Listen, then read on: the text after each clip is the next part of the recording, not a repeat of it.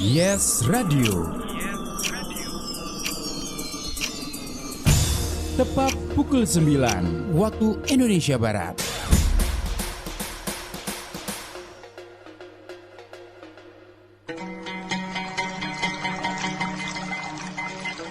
Rasulullah Shallallahu Alaihi Wasallam bersabda, tidak halal bagi seorang muslim tidak menegur saudaranya lebih dari 3 hari.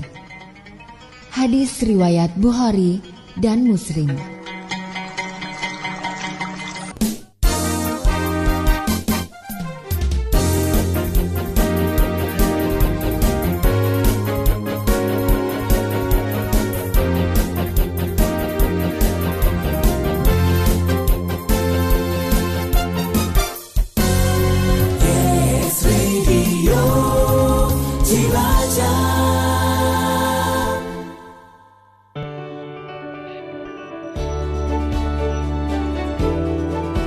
Mendukung gerakan dan budaya literasi, saatnya Anda ikuti program Dialog Interaktif Suara Literasi.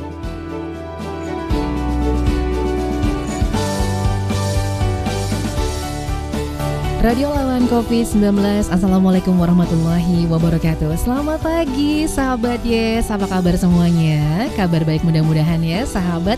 Kembali berjumpa di pagi yang sangat cerah ini di hari Sabtu seperti biasa jam 9 sampai jam 10 pagi ya sahabat. Suara Literasi kembali menyapa Anda semuanya. Sampai jam 10 nanti Anda bisa bergabung untuk bertanya dengan narasumber yang nanti juga sudah menyiapkan 2 buah buku untuk sahabat yang beruntung ya. Bukunya apa dan karyanya siapa? Oke, langsung saja kita sapa narasumber yang sudah ada di studio kami saat ini sahabat Yes. Ada Bapak Ratino, beliau adalah penulis kelahiran Cilacap yang berkecimpung dalam dunia pendidikan sejak menjadi mahasiswa di Universitas Gadjah Mada atau UGM ya sahabat. Dan di sela-sela kesibukannya menjadi mahasiswa ketika itu, ia rutin memberikan les privat untuk anak-anak tingkat SMP. Kemudian selain memberikan les privat, ia pun rajin menulis di media massa. Tulisannya ini mengenai sosial, kemudian budaya, edukasi, cerpen anak dan juga dongeng gitu ya, sering dimuat di media massa. Kemudian Pak Ratino ini menamatkan pendidikan di jurusan Sastra Indonesia Fakultas Ilmu Budaya UGM tahun 2007. Kemudian beliau tahun 2009 lulus program Akta Mengajar 4 di Universitas Sarjana Wiyata Tamasiswa Yogyakarta ya sahabat Yes. Nah, lebih jauh tentang beliau langsung saja kita sapa. Assalamualaikum, selamat pagi Pak Ratino, apa kabar? Waalaikumsalam, selamat pagi Bu. Iya, selamat datang di Yes Radio nih ya Pak. Selamat datang. Lagi di tengah kesibukannya ini Pak Ratino saat ini berprofesi sebagai seorang guru ya? Ya, guru. Di SMP. Di SMP Negeri 1 Jeruk-Legi. Oke, gimana tadi perjalanan dari rumah ke Yes Radio? Lumayan macet. Kayak Jakarta ya? Iya, kayak Jakarta. Banyak kendaraan dan banyak galian. Oh, banyak galian. Ya, itu ciri khas dari kota Cilacap ya Pak Ratino ya. Ini Pak Ratino asli Cilacap. Dan kalau dari profilnya kan tadi penulis ya sebelum menjadi seorang guru. Nah ini kita pengen tahu nih perjalanannya kok bisa dari penulis kemudian sampai menjadi seorang guru di bidang bahasa Indonesia. Gimana ceritanya? Ya, dari kalau penulis sebenarnya awal dari saya masuk kuliah sudah rajin nulis di media massa. Ya, dengan pertimbangan bahwa banyak guru yang mengajarkan saya seperti itu. Dan ada satu guru yang mendukung saya, ibaratnya bila kamu nembus media massa, kamu nggak usah ikut ujian, saya kasih A, seperti itu. Nah, kemudian dari rajin menulis itu, ternyata tidak hanya kebahagiaan batin, ternyata secara material juga lumayan. Ya. Setiap minggu setidaknya satu artikel, waktu itu 50.000 satu artikelnya. Kalau waktu itu tahun 2000-an, 2003 itu ya. Itu mulai tahun 2003 itu ya, awal-awalnya. Awal 2003, uang 50.000 tuh bisa makan enak seminggu bagi saya itu. Lumayan ya. Itu posisi masih di Jogja. Masih Jogja, masih mahasiswa. Masih mahasiswa di UGM. Kemudian lanjut setelah lulus, saya jadi guru dulu 1 tahun di SMK Telekomunikasi Tunas Harapan. Terus saya tahun 2008 ingin pekerjaan lain ibaratnya. Ternyata diterima di penerbitan di situ. Saya masuk pertama jadi pemeriksa huruf, kemudian naik ke editor hingga redaktur pelaksana yang menjalankan dari konsep hingga cover hingga finishing itu. Ya, Oke, itu di sebuah penerbit begitu ya? Iya, penerbit. Itu posisi yang paling apa tadi? Pemeriksa huruf itu posisi paling bawah. Paling bawah ya? Ya. Tapi itu hanya sekitar 2 bulan saja. Ya, waktu itu mungkin dengan pertimbangan bahwa saya pernah diuji 1 bulan 20 buku. Ternyata saya bisa 25. Tiba-tiba 2 bulan berikutnya langsung naik ke jabatan yang lebih tinggi seperti editor. itu. Iya, editor. Oh, kalau pemeriksa huruf ini ada yang huruf yang salah atau begitu? Iya, gimana? itu namanya proofreader ya. Jadi ada huruf yang salah atau kata baku tidak bakunya seperti itu di situ. Proofreader. Terus dikoreksi per buku. Iya, buku. dari awal sampai akhir itu. Membaca berapa halaman itu? Rata-rata 1 hari 200 halaman. 200 halaman. Ya, jadi kalau dikatakan saya baca berapa banyak buku, saya nggak bisa ngitung. Bayangkan saja kalau 1 bulan saja 25, berarti kan dikalikan saja 12 gitu. Waktu itu ya. Bukunya waktu itu yang dari penerbit apa itu? Macam-macam. Kalau saya dari gaya hidup sampai buku pelajaran ada semua. Di penerbit saya kebetulan ada banyak lini ya. Tapi saya salah satunya bagian yang umum. Buku-buku dari kesehatan sampai masakan, terus sampai parenting, masakan juga ya? iya gitu. Oke, itu juga menarik sekali nih kan ada dari beberapa cerita tadi yang Pak Ratino kita ngobrol waktu ini ya di luar on air ini. Ada buku-buku yang namanya berbeda-beda ya. Iya, betul. Oke. Nah, ini setelah jadi pemeriksa huruf, ini kan hal yang baru nih buat sahabatnya yang mungkin juga jarang diketahui ya di penerbit ya. Betul. Naik sebagai editor. Nah, ini tugasnya ngapain kalau editor lebih ribet lagi dalam arti tadi kan hanya periksa huruf dan baku tidak baku. Ini sudah naik lagi ke konsepnya. Jadi dari bentuk kalimat sampai keseluruhan buku diteliti. Nah, sebelum buku ibaratnya dimasukkan ke percetakan, kita juga isinya harus sesuai ibaratnya. Dari segi judul, judul misalkan harus yang menjual. Namanya kita di penerbitan kan seperti jualan juga kan, seperti betul, itu. Betul. Untuk menarik ya. Menarik. Pemilihan judul juga harus menarik. Tapi jangan sampai judul menarik isinya nggak menarik. Nanti seperti membeli kucing dalam karung nanti gitu lah. Betul. Ya. Oke. Setelah jadi editor, berapa lama di editor ini? Hanya 6 bulan. 6 bulan saja, kemudian naik lagi. Naik lagi ke redaktur pelaksana. Oke. Tugasnya ngapain lagi? Ini lebih ke konseptor. Dari buku seleksi masuk, dirapatkan. Nanti bukunya judulnya juga harus seperti apa sesuai dengan isi, tapi yang menjual gitu loh. Terus sampai ke konsep cover. Isi bukunya bagaimana, covernya juga harus bagaimana.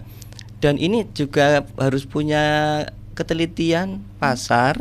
Yang kedua ibaratnya kemauan pasar sudah harus ya itu. Terus pengemasan itu juga harus menarik.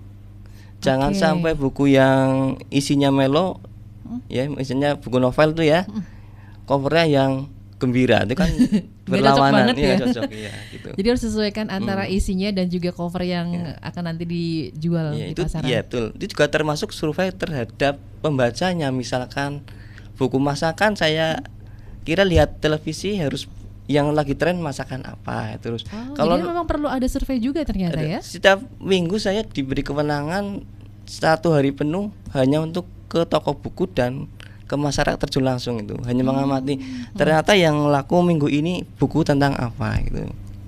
Jadi memang harus disurvei dulu buku yang menarik di lapangan yang lagi dicari apa begitu ya. Ini baginya redaktur pelaksana lebih menantang itu.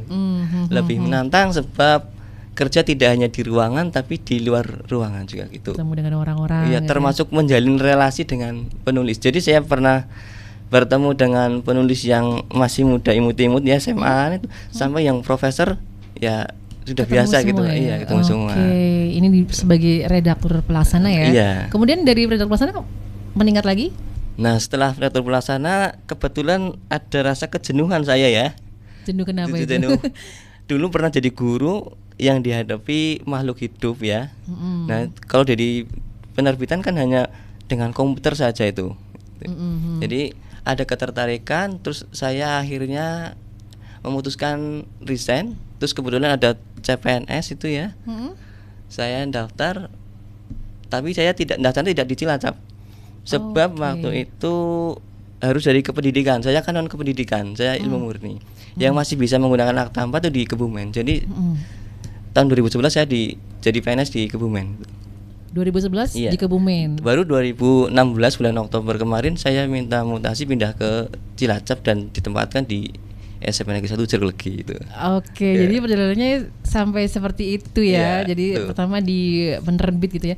Bedanya apa nih ketika berhadapan dengan katakanlah mungkin benda mati ya, komputer ya. ya. Terus kemudian kan mengajar anak-anak yang penuh dengan ini, apa nih tantangannya? Kalau saya itu suka bercanda ya. Kalau biasa bercanda, masa komputer dibercandain kan Nggak bisa. nggak asik ya gitu. Ya, dan dengan kalau anak itu macam-macam karakter, beda anak beda karakter, itu yang paling membuat saya ada tantangan tersendiri gitu. Oke. Tapi tetap masih tidak lepas dengan apa ya, buku-buku juga kan karena di Ya, bahasa Indonesia kalau, ya, Pak? Iya, bahasa Indonesia saya tidak. Kalau buku tetap masih itu saya Masih menulis sampai sekarang. masih sampai terus. Kalau koleksi juga banyak, jadi awal dari orang menulis adalah membaca, seperti itu bagi saya. Jadi Oke. di rumah itu Mm. ribuan judul kayaknya ada, hampir satu kamar gitu. Satu kamar. Wah, Isinya luar buku biasa. itu gitu. Tapi dengan nama-nama yang mungkin berbeda ya, Pak. Kalau saya kalau yang saya tulis sudah sekitar hampir 25-an apa ya, itu dengan nama yang berbeda itu.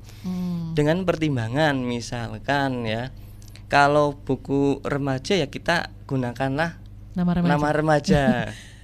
Terus Oke. kalau anak-anak, saya juga pernah bikin buku dongeng itu laris itu ya, 2 kali cetak. Sekali cetak itu padahal 5.000, berarti sudah apa namanya?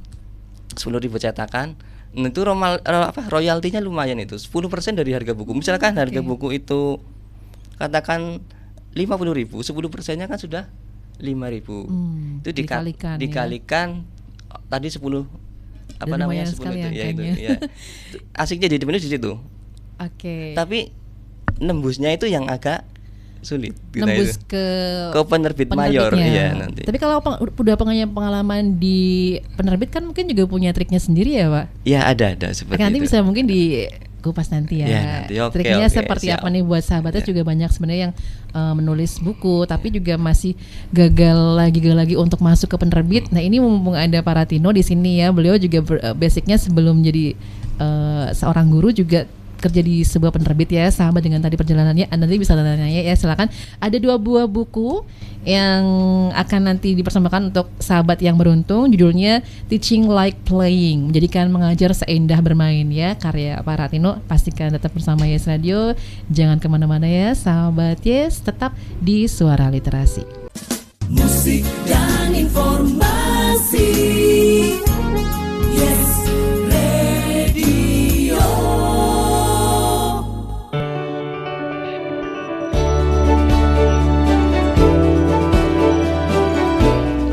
104,2 Yes Radio Kebanggaan Cilacap sahabat. Yes, selamat pagi untuk yang baru stay tune di sini di Suara Literasi ya sahabat, edisi 12 September 2020 sampai jam 10 siang nanti. Anda bisa bergabung bersama kami, silakan langsung WhatsApp ataupun juga SMS ke nomor 0812 2665 774. Masih dengan Pak Ratino ya sahabat. Beliau selain seorang guru juga sebelumnya adalah seorang penulis, dan kami akan bagikan 2 buku untuk sahabat yang beruntung. Silakan bisa nanya-nanya seputar apapun ya sahabat tentang Pak Ratino. Ditunggu ya. Telepon boleh juga. Baik, masih dengan Pak Ratino ini. Kalau menurut Pak Ratino sendiri, definisi literasi itu apa nih? Kalau menurut saya literasi itu cakupannya luas ya, tidak hanya membaca dan menulis. Terus ada namanya apa yang kita lihat, dengar maupun rasakan, itu juga termasuk bagian literasi. Oke. Jadi tidak hanya membaca dan menulis saja Iya, ya. Jadi sebenarnya lebih luas ya kalau untuk literasi ini ya. Betul. Dari karyanya Pak Ratino yang tadi sudah menulis beberapa banyak ya, berapa? Sekitar 25.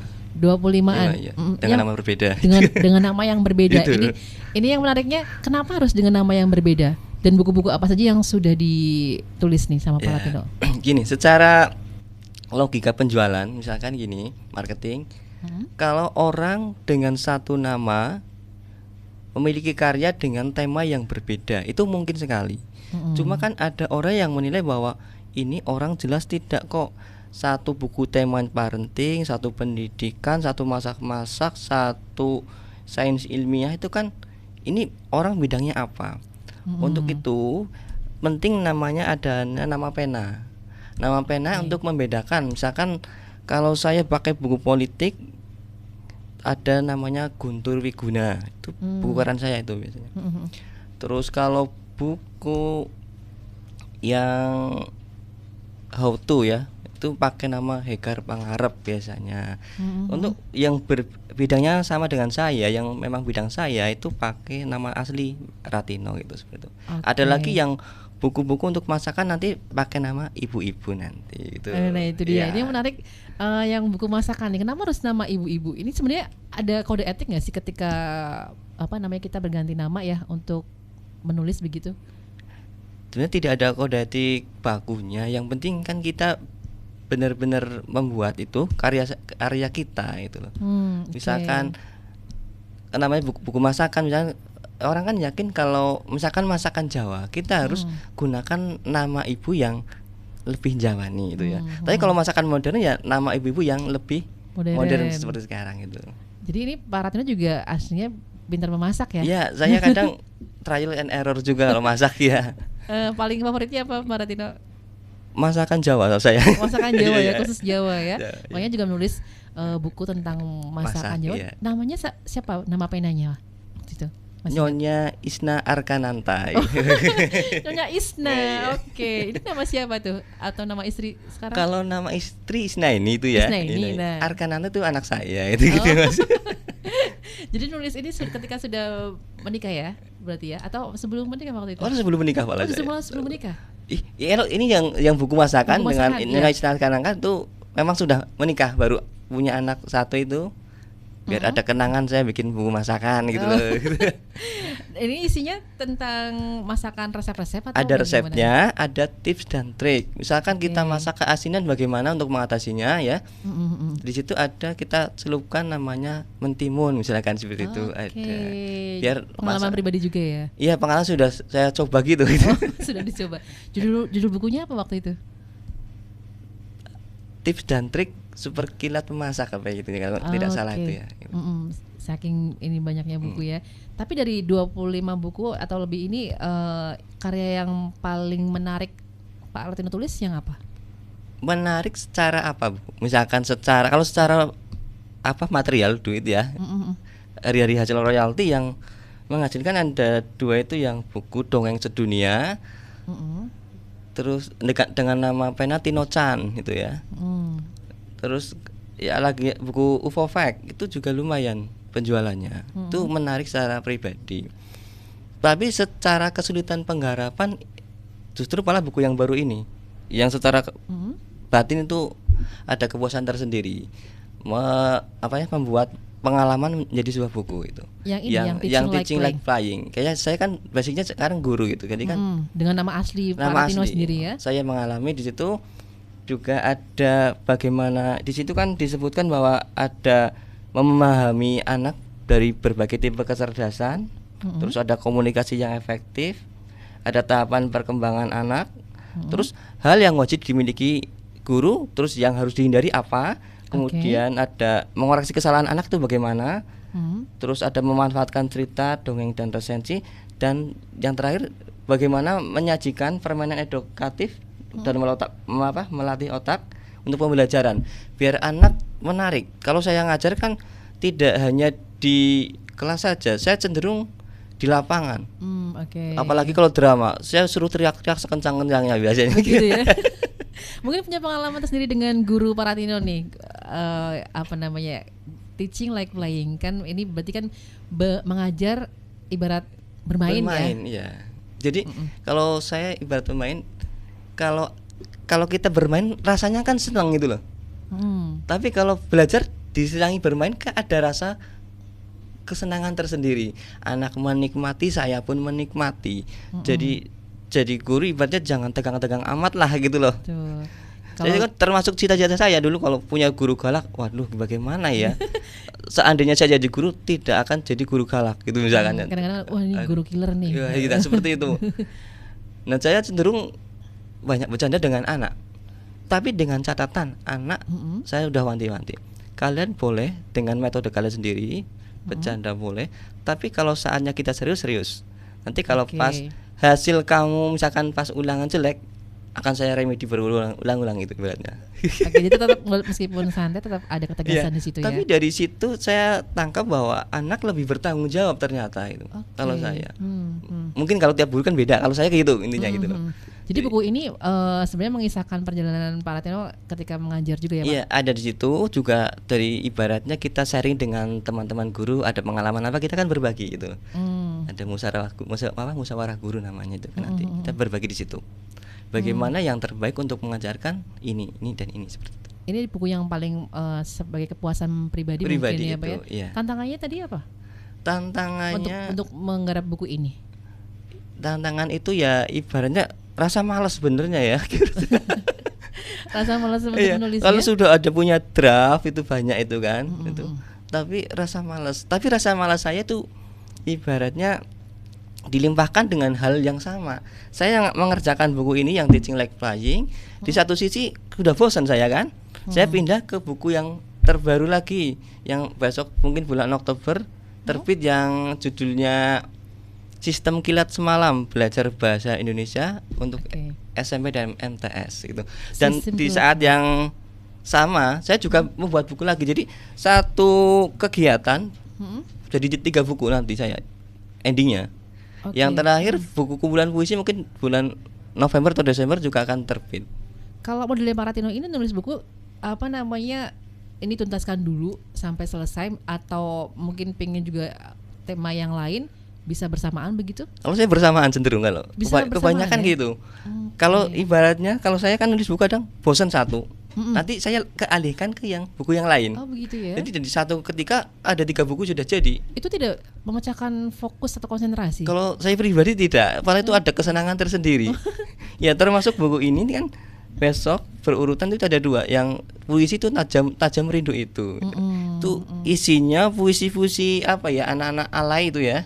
Anak-anak alay dari pengalaman anak-anak ya. Saya bungkus dari situ dengan bahasa yang lebih romantis gitu katakanlah itu. Jadi besok yang puisinya cenderung ke untuk remaja itu. Kalau ini yang Sistem Kilat Semalam atau SKS ini isinya tentang apa ini? Atau sistem wayangan ya, belajar wayangan atau iya. Ini cenderung ini sebenarnya bukan sebuah buku dulunya ya. Awalnya saya kan kalau saya dulu pernah ngajar di SMK Telekomunikasi itu ya. Anaknya pintar-pintar. Kalau UN banyak nilai matematika, bahasa Inggris itu 100. Tapi bahasa Indonesia tuh belum pernah. Justru bahasa Indonesia malah kesulitan mereka adalah bahasa Indonesia. Nah dari situ saya coba iseng-iseng lah ya. Saya pernah ngajar les juga dulu pas di UGM itu kan. Nah iseng-iseng trial and error saya punya metode sendiri gitu loh. Bagaimana memahami dengan cepat. Misalkan mengerjakan ini ciri-cirinya apa. Kita hanya baca kalimat ini nanti akan ketemu jawabannya. Seperti itu. Jadi pengalaman pribadi. Nah sudah setiap saya ngeles itu setiap hari sampai sekarang pun ada ya ngeles ya. Itu masukan dari anak. Pak kok nggak dibuat buku sekalian saja, itu lebih mudah kok dibanding yang saya baca tebal sekali itu gitu. Seperti itu. Jadi masukan dari anak supaya dibuat buku. Nah saya coba buat buku itu. Mungkin bulan Oktober November sudah terbit juga itu. Sistem Kilat Semalam atau SKS ya. Ini belajar bahasa dan sastra Indonesia SMP atau MTS. Ya. Non fiksi. Bulan Oktober rencananya. Iya, Oktober. Ya, baik untuk sahabat tes, silakan bisa bergabung ya. Ini ada Mbak Yati di Banjarnegara nih Pak. Congratulations buat Pak Ratino. Aku suka dunia politik. Apakah Bapak juga membuat buku tentang itu? Ya, saya membuat buku politik. Dulu judulnya saya lupa, tapi nama penulisnya saya masih ingat. Kalau ada di search mungkin di Google itu ada penulis buku Guntur Wiguna, itu biasanya salah satunya saya itu. Terus ada juga buku yang nulisnya bareng-bareng keroyokan, tapi dengan satu nama gitu seperti ada. Oke. Jadi saya ibaratnya tidak terpaku kalau orang sastra harus suka sastra semua, tidak. Tapi saya mana yang menarik gitu loh. Jadi ibaratnya sebuah hobi jadi apa duit itu loh. Oke. Nah, jadi bisnis ya, Iya, jadi hobi ya, dari walaupun hobi dalam arti kepuasan pertama adalah buku sudah terbit sudah bahagia itu. Oke. Nah ini masih ingat ada berapa nama pena dari Pak Ratino? Tadi ada Guntur Diguna, terus siapa lagi? Tadi ada Nyonya Isna Isna. Arkananta, terus Hegar Pangarep. Hegar Pangarep itu lebih ke apa itu? Buku misalkan buku kepribadian elegan misalkan seperti itu. Terus saya buka yang Hegar Pangarep udah 3 bayar, terus 101 tips kepemimpinan ada itu. Terus 101 tips personality plus itu lagi, terus yang apa namanya seperti bidang humas itu public relation, tips kilat public relation gitu. Terus siapa lagi? Masih ingat? Tino Chan itu buku anak-anak, bukan anak-anak. Bukan anak-anak. Terus ada lagi Tino Kuchan gitu lagi. Apa itu? Tino Kuchan hampir sama. Iya, tapi Tino Kuchan biasanya lebih ke yang kayak buku-buku humor saya juga pernah buat itu. Buku humor juga pernah buat. Iya, buku humor. Humor-humor yang apa ini? Ya, humor-humor santai lah. Oke. Ya, yang ibaratnya bikin ketawa kita lah, Senyum ya. kita. Namanya siapa waktu itu? Yang Buku humor. ya itu Tino Kuchan. Oh, Tino Kuchan itu. Ya, itu beda dengan Tino Chan ya. Lo Tino Chan pakai itu yang buku anak-anak. Tino Kuchan yang humor-humor itu. Iya, ini merupakan salah satu trik ya, karena Pak Ratino ini juga sebenarnya bekerja di sebuah penerbit ya. Nanti kita akan kembali lagi ya sahabat Yes. Kan tadi belum ngasih triknya nih bisa menembus ke penerbit ya. Pastinya sahabat pastikan terus bergabung di Suara Literasi. Jangan kemana-mana. Musik dan informasi. Yes Radio. Musik dan informasi. Yes Radio.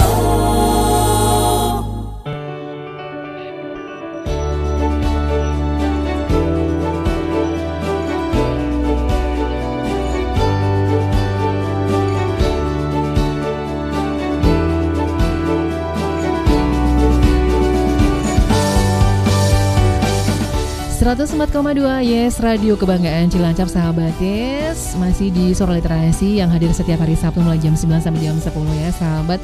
Masih bersama dengan Pak Ratino yang merupakan penulis kelahiran Cilacap ya sahabat.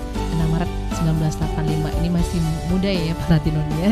Juga seorang guru di SMP Negeri 1 Jeruk Legia sahabat. Sebelumnya pernah bekerja di sebuah penerbit. Ini mungkin banyak yang bertanya-tanya trik-triknya seperti apa sih agar bisa nembus sini, kan juga banyak yang ternyata tuh banyak menulis sebenarnya Pak, orang-orang yang menulis tapi susah untuk nembus ke sebuah penerbit. Nah ini triknya apa nih sebagai orang yang pernah terjun di dalamnya ya? Iya betul. Selama saya di dunia penerbitan 2 tahun, saya juga termasuk penyeleksi naskah ya. Jadi setidaknya ada gambaran untuk teman-teman ataupun yang suka menulis. Yang pertama itu harus selera pasar. Kita namanya jualan, penerbit kan jualan. Otomatis harus tahu apa yang diinginkan pasar.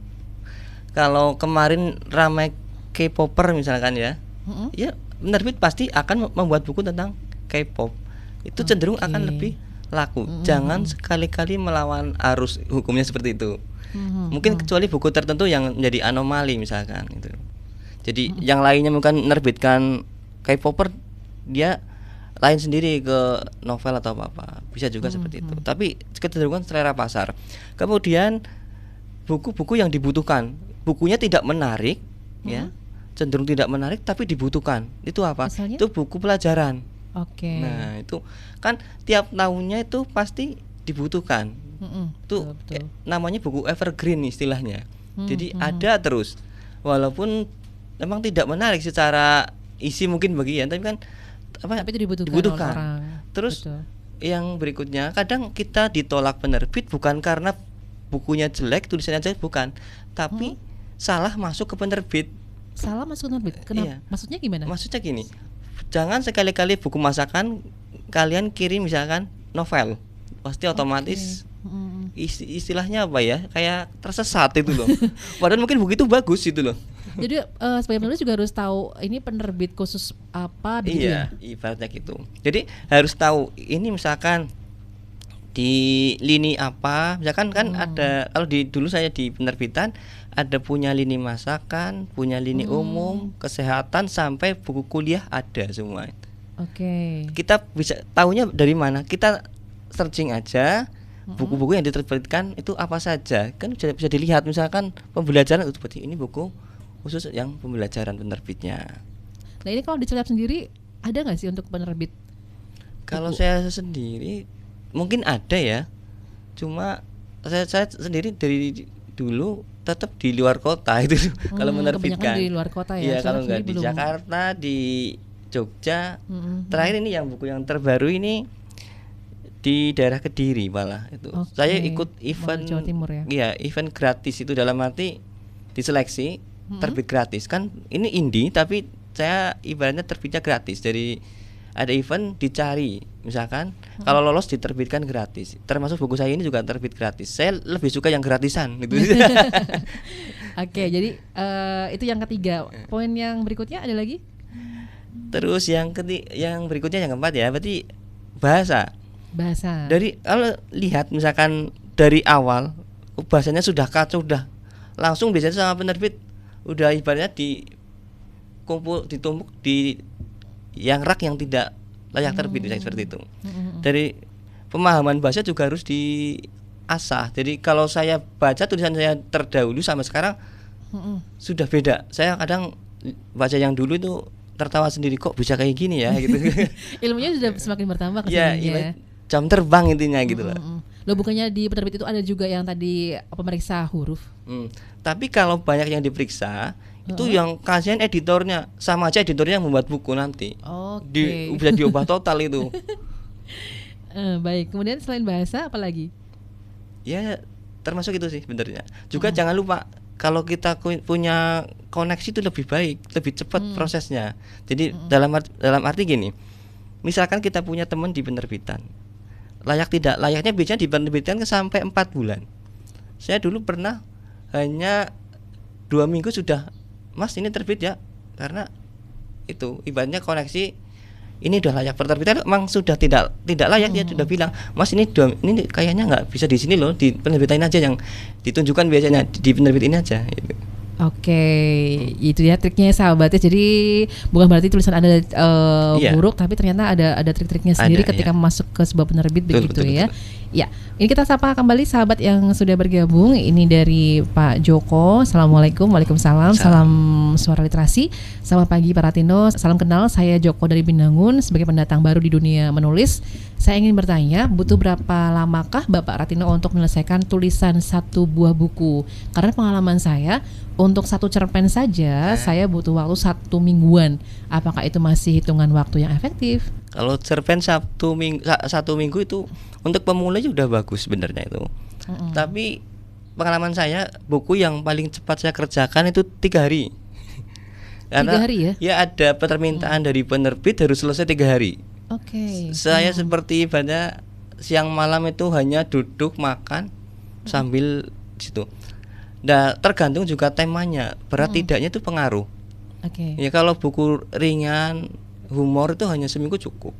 Tapi kalau buku berat bisa bertahun-tahun ya. Dalam arti buku berat berapa? Dalam arti berat isinya, dalam arti bukan tebal tidaknya, tapi kandungan isinya. Kita harus punya referensi yang mungkin berbahasa lain gitu loh. Kita ada buku-buku tertentu sulit itu. Iya. Oke, itu ya Pak Joko. Berarti kalau 1 mingguan ini masih hitungan waktu yang efektif ya? Ya untuk pemula ya. Tapi kalau saya pribadi saja kemarin untuk ikut lomba 1 hari selesai Pak, 10 halaman Pak. Kemarin sudah saya kirim. Besok Oktober mungkin kalau memang layak ya mungkin ada lagi gitu. Itu ya Pak Joko. Kemudian dari Pak Yanto menanyakan, Pak Ratino buku tentang apa yang belum tercapai dan yang ingin dicapai ke depannya? Di Pak Yanto di Ayani. Yang belum tercapai ya sebenarnya saya punya ibaratnya stok judul naskah Mm-mm. Nah itu saya kerjakan satu-satu. Misalkan bulan ini apa, bulan depan apa. Dan Oke. bulan ini juga sedang proses lagi ya. Terus makanya saya katakan tadi, kita jangan terpaku dengan hanya satu naskah, tapi carilah naskah lain. Jadi sewaktu kita bosan kita bisa berpindah. Nah, itu. Ketika kebosanan muncul, pindah ke tema ya. yang lain. Nanti akan ada masa bahwa satu masa dapat ada 3 buku itu.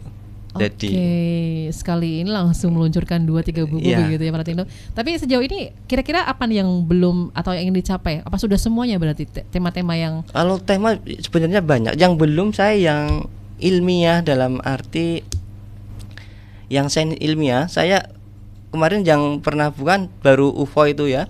Yang kedepannya mungkin saya tertarik dengan yang apa planet Mars seperti itu.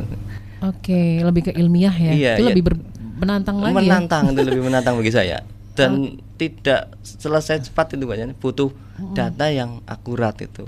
Karena kita sebagai penulis juga jangan sampai menyesatkan itu. Oke, baik. Jadi itu triknya ya sahabat Yes nih buat para penulis di Cilacap ya. Yang mungkin sudah beberapa kali masuk ke penerbit kok masih gagal dan gagal lagi. Itu tadi triknya mungkin bisa dilakukan supaya bisa berhasil ya sahabat Yes. Baik, ini Pak Ratino waktunya masih tinggal beberapa menit lagi, 5 menit lagi sebelum ke closing statement ataupun juga mungkin dari ini ya yang disampaikan Pak Ratino, kita ambil 2 orang pemenang ya. Ini hanya ada 2 buku, tapi ini sahabat Yes ada 3 yang masuk. Iya. Pak Ratino mau memilih? Yang tadi yang Banjarnegara apa ya? Mbak Yati di Banjarnegara. Oke. Yang 2 lagi tadi siapa? Tadi ada Pak Joko dan juga Pak Yanto. Pak Yanto yang pertanyaan kayak apa tadi? Pak Yanto yang tadi buku apa yang tantangan yang ingin dicapai yang belum. Tadi satu lagi Pak Joko, iya yang iya. berapa lama untuk ini ya? Itu berarti Bu Yanti sama Pak Joko menurut. Oke, selamat ya untuk Mbak Yati dan juga Pak Joko mendapatkan hadiah buku dari Pak Ratino, bisa diambil di Studio Yes Radio. Ya, silakan Pak Ratino, harapan kedepannya untuk literasi di Cilacap mungkin ya ataupun juga yang lainnya silakan. Ya, harapan saya literasi di Cilacap semakin digalakan ya, bahwa ada pepatah banyak buat baca maka dunia akan terbuka seperti itu. Nah, cintai buku agar banyak ilmu seperti itu. Oke, cintai buku agar banyak ilmu, karena dari membaca kita juga akan terbuka gitu ya. Ya. Jendela wawasan kita semuanya. Betul. Semua bidang ini kayak Pak Ratino juga nanti akhirnya juga bisa menulis apapun yang kita inginkan ya. Oke, terima kasih Pak sama-sama. Ratino sudah hadir di studio ini, sangat berwarna sekali buat sahabat yang sudah bergabung di sini di Suara Literasi. Dan kita akan jumpa lagi pekan depan dengan narasumber yang berbeda ya sahabat. Anda bisa juga bergabung bersama kami. Ya, terima kasih Pak Ratino. Ya, sukses sama-sama, selalu. ya. Mudah-mudahan bisa segera terbit ya bulan Oktober untuk buku Amin, Sistem Kilat Semalamnya dan ada buku-buku yang lainnya juga ya. Nantikan karyanya Pak Ratino ya sahabat Yes. Baiklah, sampai di sini untuk Suara Literasi, dan pastikan habis ini sahabat jangan kemana untuk bisa menyimak kita nostalgia di Yes Radio dengan lagu Nostalgia. Selamat akhir pekan. Saya Ati Lesari mohon pamit. Wassalamualaikum warahmatullahi wabarakatuh.